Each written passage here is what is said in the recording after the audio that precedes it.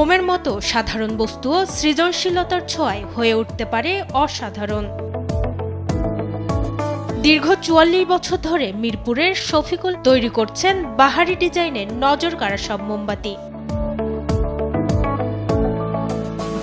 গল্পের শুরুটা হয়েছিল ১৯৮১ সালে। ঈদে সালামি হিসেবে পেয়েছিলেন মাত্র ৩,০০০ টাকা। সেই টাকা দিয়েই শখের বশে শুরু করেন মোমবাতির ব্যবসা।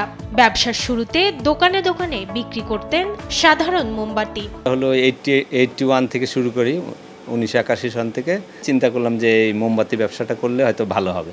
সাধারণ মোমবাতির পাশাপাশি মোমের উপর নানা ডিজাইনের আইডিয়া চেপে বসে তার মাথায়। একসময় পরিচিত একজনের হাত ধরে মাত্র ৬ পিস মোমবাতি রপ্তানির সুযোগ পেয়েছিলেন তিনি। সেই থেকেই শুরু। এরপর স্বপ্ন দেখতেন একদিন ৬ লাখ পিস মোম রপ্তানি করবেন।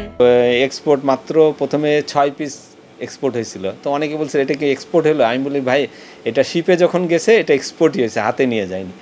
এই করতে করতে আমি বললাম ভাই ৬ পিস থেকে ৬ লাখও হইতে পারে। কোনো কর্মী ছাড়াই ব্যবসা শুরু করলেও বর্তমানে ২২ জন কর্মী কাজ করছেন শফিকুল ইসলামের মোমবাতির কারখানায়, যাদের মধ্যে অধিকাংশই বিশেষ চাহিদা সম্পন্ন ও সহায় সম্বলহীন।